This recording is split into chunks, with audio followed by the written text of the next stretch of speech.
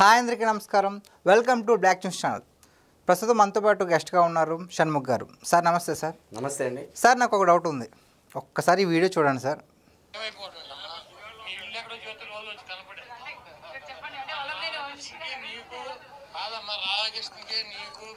Sir ఈయన ఎవరో నాకు అచ్చం కొడాలి నాని గారు డూప్లే కనిపిస్తున్నారు, ఆయన అంటారా? ఖచ్చితంగా ఆయనే అండి. అంటే ఒకప్పుడు బాగా అగ్రెసివ్గా మైక్ దొరికితే చాలు కోతికి కొబ్బరి చెప్పు దొరికినట్టు ఏది పడితే అది బూతుల మంత్రాలే, మామూలు మంత్రాలు కూడా కాదు, మాట్లాడేవారు. ఇంత సడన్ చేంజ్ ఏంటంటారు? జ్ఞానోదయం అయింది. పదవి ఉంటేనే మీరు ఇందాక అన్నారు కోతికి కొబ్బరి చెప్ప అని. ఓకే. పదవి ఉంటేనే నేను గంట కొడతాను, నా నోటి గుండా సప్త స్వరాలు అంటారు కదా, సరిగమ పదనిసలు, అవి పలకాల్సిన నోటి ద్వారా బూతులు ఆంధ్రప్రదేశ్ రాష్ట్రంలో ఏ మంత్రి అయినా ఇలా చెయ్యకూడదు అని చెప్పేసి ఒక ఉదాహరణగా చూపించినటువంటి వ్యక్తి కొడాలి నాని గారు. మరి ఈరోజు ఏమైపోయింది? కొందరు ఏమంటున్నారు ఉచ్చబడుతుంది అంటున్నారు, కొందరు ఏమంటున్నారు భయపడ్డాడు అంటున్నారు, కొందరు ఏమంటారు ఇంకా ఏమీ లేదు చిత్తాయనం పలాగించడమే అని చెప్పేసి కొందరు అంటున్నారు. ఏమని చెప్పాలా? గతంలో ఇదే కొడాలి నాని గారు ఏ విధంగా ఆంధ్రప్రదేశ్ రాష్ట్ర ముఖ్యమంత్రి వర్యులైనటువంటి నారా చంద్రబాబు నాయుడు గారి కుటుంబాన్ని ఏ విధంగా టార్గెట్ చేశారు? తల్లిని అవమానించిరి, వయసును అవమానించిరి, బాడీని అవమానించిరి, భాషను అవమానించిరి, వ్యక్తిగతాన్ని అవమానించిరి, పుట్టుకను అవమానించిరి, తన సంతానమైనటువంటి దేవంశాన్ని పిల్లవాడిని కూడా ట్రోల్ చేయడం జరిగింది.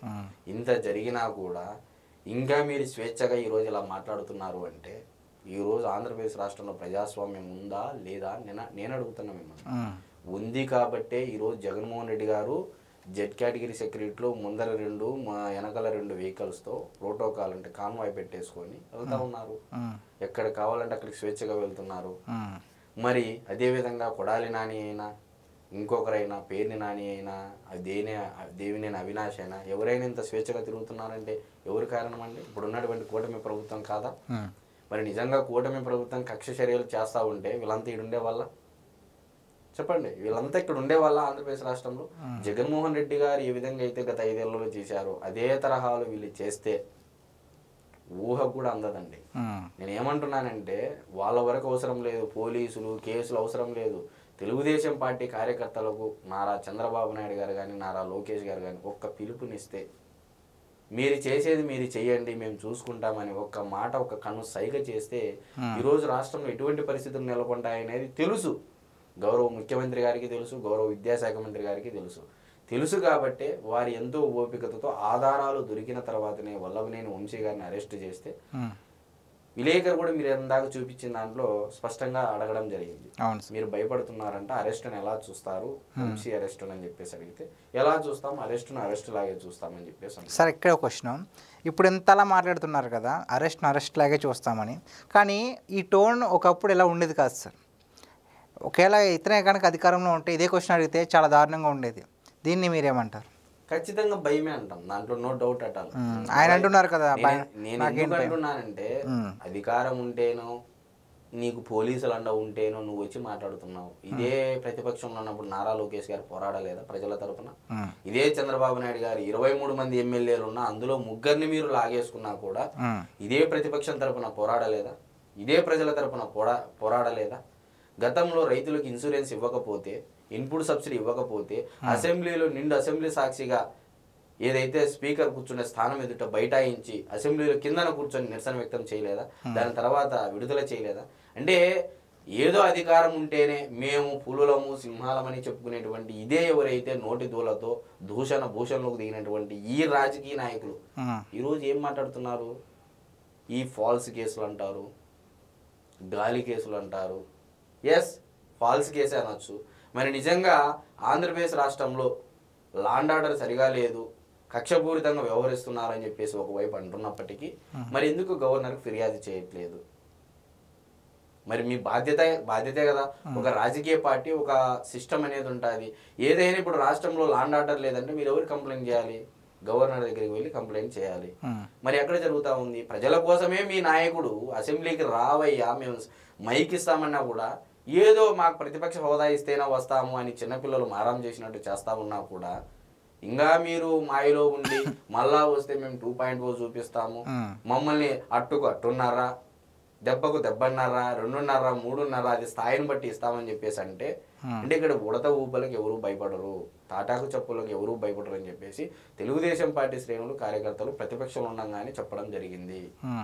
మరి ఈరోజు నా బీసీ, నా ఎస్టీ, నా మైనారిటీ అన్నటువంటి జగన్మోహన్ రెడ్డి గారు ఈరోజు అగ్రవర్ణాలకు ఏదో అంటే ఇప్పుడు గతంలో పిన్నెల రామకృష్ణారెడ్డి గారు, ఈరోజు వల్లభనేని వంశీ గారు వారు అరెస్ట్ అయితేనే జైలు దగ్గరికి వెళ్ళి ఉటావుటిన పరామర్శిస్తున్నారే తప్ప ఎక్కడ బీసీలు, ఎస్సీలు, ఎస్టీలు అరెస్టులు అయితే ఎందుకు పోవట్లేదు? మరి యాంకర్ కూడా ఎన్ని ప్రశ్నలు అడగచ్చు కొడాలి నాని? ఏదో కొడాలి నాని భయపడుతున్నాడు, కొడాలి నాని బూతులు తిడుతున్నాడంటే స్వతహాగా తనకు వచ్చినటువంటి లక్షణం అది ఎలా మారుతుంది? పుట్టుకతో వచ్చిండేది పుట్టుకతో కానీ పోదు. మరి ఇలాంటి లక్షణాన్ని, అతను బూతులు మాట్లాడే విధానాన్ని రాష్ట్ర ప్రజలందరూ చూశారు. నీ అమ్మమ్మ కూడా అనే స్టేట్మెంట్ ఎంత పాపులర్ అయిందండి.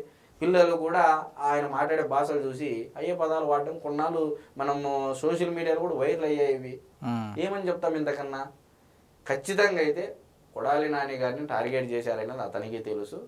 సో దానికి సంబంధించి ఇప్పుడు ఎటువంటి దిక్కుచోతని స్థితిలో ఉన్నాడు కాబట్టి భయం అనేది స్పష్టంగా వాయిస్లో బెనుకు అనేది స్పష్టంగా కనపడతా ఉంది, వినపడతా ఉంది అనేది కూడా మనం చెప్పవచ్చు. సార్ అదే యాంకరు ఆ వీడియోలో మనం చూసినట్లు వీడియోలో మీ మీద 3 కేసులు ఉన్నాయి కదా, అంత భయపడుతున్నారా ఏదైనా మాట్లాడుతుంటే అంటే 3 కాదు 30 కేసులు నాకేం భయం లేదు, ఎంతమంది లాయర్లు ఉండగా నాకేంటి భయం అంటున్నారు.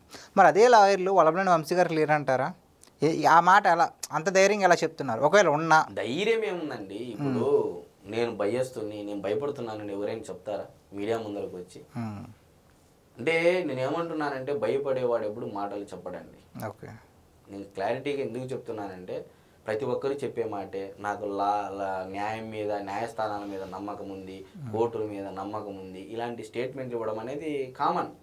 ఇప్పుడు వల్లభనేని వంశీ గారు అరెస్ట్ చూసిన తర్వాత దేవినేని అవినాష్ అదే భయపడుతూ ఉన్నాడు, కొడాలి నాని భయపడతా ఉన్నాడు, ఇంకా ఈ చాలామంది ఇంకా ఎవరెవరైతే లోపల పోవాల్సిన ఉన్నారో వాళ్ళంతా అలర్ట్ అయిపోతున్నారు. అంటే ఇప్పుడు నారా లోకేష్ గారు ఏం కక్షపూరితంగా ఎక్కడే చేయట్లేదు, ఉద్దేశపూర్వకంగా జైల్లో వేయాలి, ఉద్దేశపూర్వకంగా టార్చర్ పెట్టాలని చేయట్లేదు.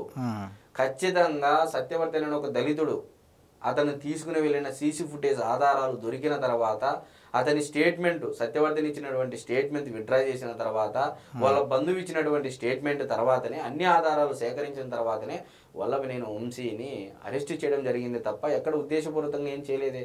అంబేద్కర్ రాసినటువంటి రాజ్యాంగబద్ధంగా చట్టబద్ధంగా వెళ్తున్నారు తప్ప నిజంగా జగన్మోహన్ రెడ్డి గారి మాదిరి మీరు చేసేది చేయండి నేను చూసుకుంటాయని చంద్రబాబు నాయుడు గారు అదే తరహాలు అంటే ఈ రోజు రాష్ట్రం మీద ఎవరైనా తిరిగే వాళ్ళు ఉండాలండి. ఇదే పవన్ కళ్యాణ్ గారు కానీ, ఇదే నారా లోకేష్ గారు కానీ, ఇదే చంద్రబాబు నాయుడు గారు ఒక పిలుపు ఇవ్వమానండి. అంటే నేనేమంటున్నానంటే ఇక్కడ రెచ్చగొట్టే వ్యాఖ్యలు ముఖ్యం కాదు.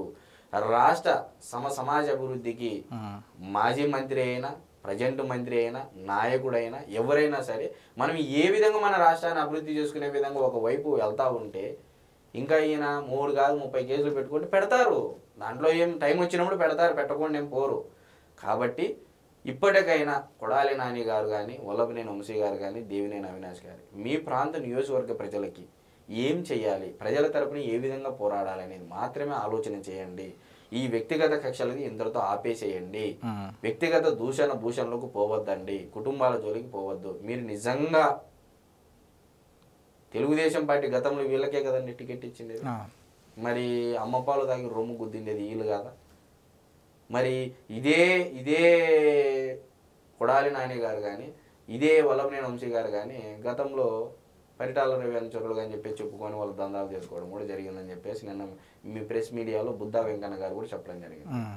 బుద్ధా వెంకన్న గారు కూడా ఇక్కడ తెలుసుకోవాల్సిన విషయం ఏంటంటే పరిటాల రవీంద్ర గారు అనేది ముందు ఆయన పేరు ఉచ్చరించే ముందరగా గారు అనే పదం వాడడం అనేది ఇక్కడ ఖచ్చితంగా ఉండాలి. ఎందుకంటే మా ఉమ్మడి అనంతపురం జిల్లాకు సంబంధించినటువంటి వ్యక్తి పరిటాల రవీంద్ర గారు. పరిటాల రవీంద్ర గారు పేరు ఎత్తితేనే ఉచ్చపోసుకునే వాళ్ళు ఎంతో మంది ఉన్నారు. ఈ రోజు ఆయన స్వర్గస్థులు అయిన తర్వాత, కీర్తిశేషులు అయిన తర్వాత ప్రతి ఒక్కరూ మాట్లాడడం అనేది అది అంటే వీరి యొక్క మౌనం, వీరి యొక్క మంచితనం చేతగానితనంగా మారిపోయింది. పరిటాల రవీంద్ర గారు అనేది ఒక పేరు కాదు. పరిటాల రవీంద్ర గారు అనేటువంటి వ్యక్తి ఒక ఎమోషను. అనంతపురం జిల్లా బడుగు బలహీన వర్గాల వారికి చాలామందికి ఒక ఎమోషను. వాళ్ళ పేర్లు చెప్పుకొని వీళ్ళు దందాలు చేసుకొని వీళ్ళు చేసిన తప్పుడు పనులకు వాళ్ళు సమాధానం సంజాయిషి చెప్పాలంటే వాళ్ళకేం పని ఉంటుందండి? ఇలా ఉంది పరిస్థితి. అంటే విజయవాడ చుట్టుపక్కల ఉన్నటువంటి ప్రాంతాల్లో ఉన్నటువంటి రాజకీయ నాయకులు చేసే పనులు ఎలా ఉన్నాయి అంటే ఎవరెవరో పేర్లు చెప్పుకొని ఎవరెవరినో బూతులు తిట్టుకుంటా ఎవరినెవరినో ఏదో చేసుకుంటా ఆ నియోజకవర్గ ప్రాంత ప్రజలకు చేయాల్సిన పనుల పట్ల శ్రద్ధ పెట్టకోకుండా గాలి కొదిలేసి ఇట్లా పనులు చేసుకుంటూ పబ్బం గడిపేస్తున్నారు అయితే స్పష్టంగా చెప్పగలం. సార్ మొత్తం యావత్ ఆంధ్రప్రదేశ్ ప్రజలకి ఒక డౌట్ అయితే ఉండిపోయింది. డౌట్ కాదు, నిజమే నా అభిప్రాయం. నెక్స్ట్ జైలుకి వెళ్ళేది కొడాలి నాని గారే అని 99% అందరూ అనుకుంటున్నారు. దాని గురించి మీరేమనుకుంటున్నారు? ఖచ్చితంగా దాంట్లో నో డౌట్. ఇప్పుడు ఈ రోజు నారా లోకేష్ గారు ఏదో వ్యక్తిగతంగా తీసుకొని కొడాలి నాని టార్గెట్ చేయాలనో లేకపోతే నారా చంద్రబాబు నాయుడు గారిని అంటే వాళ్ళ కుటుంబాన్ని తిట్టాలని చెప్పేసి టార్గెట్ చేసుకొని అలా చెయ్యాలి అనుకుంటే 4సారి ముఖ్యమంత్రి జగన్మోహన్ రెడ్డి గారు ఒకసారి ముఖ్యమంత్రి అయ్యారు. ఈరోజు చంద్రబాబు నాయుడు గారు 4సారి ముఖ్యమంత్రి. అవిభక్త ఆంధ్రప్రదేశ్కి 2 సార్లు ముఖ్యమంత్రి. నవ్యాంధ్రప్రదేశ్కి ఇది 2వసారి ముఖ్యమంత్రి. చెయ్యాలి గట్టిగా ఆయన అనుకున్నాడు అనుకుంటే ఎవరికో అవసరం లేదు. ఇదే పరిటాల సునీతమ్మ గారు ఆ రోజు తెలుగుదేశం పార్టీ ఆఫీస్ పైన అంటే హెడ్ ఆఫీస్ పైన దాడి చేసిన ఘటన తర్వాత సార్ మీరు ఒక్క సైగ చేయండి, ఒక్కరోజు సమయం ఇవ్వండి, ఎక్కడ ఎలా కూర్చోబెట్టాలో మేము కూర్చోబెడతామని కూడా వ్యాఖ్యలు చేశారు. ఎందుకన్నారు ఆ మాట? కళ్ళ ముందర నేరాలు ఘోరాలు జరుగుతున్నప్పటికీ మౌనంగా ఉండిపోతున్నాం. కేవలం మీ యొక్క మాటను కాదనలేక మీరు గీసినటువంటి లక్ష్మణ రేఖను మేము దాటలేక మా యొక్క కోపాన్ని ఆవేశాన్ని అణుచుకుంటున్నామని చెప్పేసి మీ మాటకు ఎదురు చెప్పలేక మిమ్మల్ని గౌరవించుకుంటామని చెప్పేసి కూడా చెప్పడం జరిగింది. అంటే కొడాలి నాని గారు వల్లభనేని వంశీ గారు నథింగ్ అండి. నేనేమంటున్నానంటే వాళ్ళు ఇతరుల పేర్లు చెప్పుకొని ఏదో వాళ్ళ లోకల్లో వాళ్ళకు ఓట్లు వేసినటువంటి ప్రజానికము ఇది గుర్తించాలి. ఎవరు మనకి ఏం చేస్తున్నారు, కొడాలి నాని గారు సమస్యల పట్ల స్పందిస్తున్నారా లేదా అనేది. ఈరోజు గుడివాడకు ఎంత చెడ్డ పేరు వచ్చింది అనేది గుడివాడ ప్రజలు ఆలోచన చేయాలా. ఈరోజు గన్నవరానికి ఎంత చెడ్డ పేరు వచ్చింది అనేది గన్నవరం ప్రజలు ఆలోచన చేయాలా. ఒక నాయకుడు అనేవాడు ఎంత లోకల్లో వాడు ఏమి బూతులు మాట్లాడినా ఏం చేసినా మన ప్రాంతం యొక్క అంటే నోరు బాగుంటే ఊరు బాగుంటుంది అంటారు. మరి ఈరోజు ఆ నోరు గబ్బు పట్టిపోయింది. మరి ఆ ఊర్లు గబ్బు ఇప్పుడు వాళ్ళు చేసిన వ్యక్తిగత భూషణలకు గాను ఆ ప్రాంత ప్రజలందరినీ మనం దూషించాలన్నా? మరి ఇది కూడా గన్నవరం నియోజకవర్గ ప్రజలైతేనేమి ఇటు గుడివాడ ప్రజలైతేనేమి ఇప్పటికీ ఎవరైతే వారి యొక్క అభిమానులు ఉన్నారో వారి ఇది ఉంది ఒక్కసారి ఆలోచన చేయమని నేను చెప్తా ఉన్నా. Thank you sir. నమస్తే. సో ఇదండి కొడాలి నాని గారి బేస్ తగ్గడానికి కారణం కేవలం నెక్స్ట్ జైలుకి వెళ్ళబోతాననే ఒక భయం మాత్రమే. తనలో ఎంతటి మార్పు తన మాటల్లో ఎలా కనిపిస్తుందని షణ్ముఖ్ గారు చెప్తున్నారు. మరి దీనిపై మీ అభిప్రాయం ఏంటో కామెంట్ చేయండి. Thank you.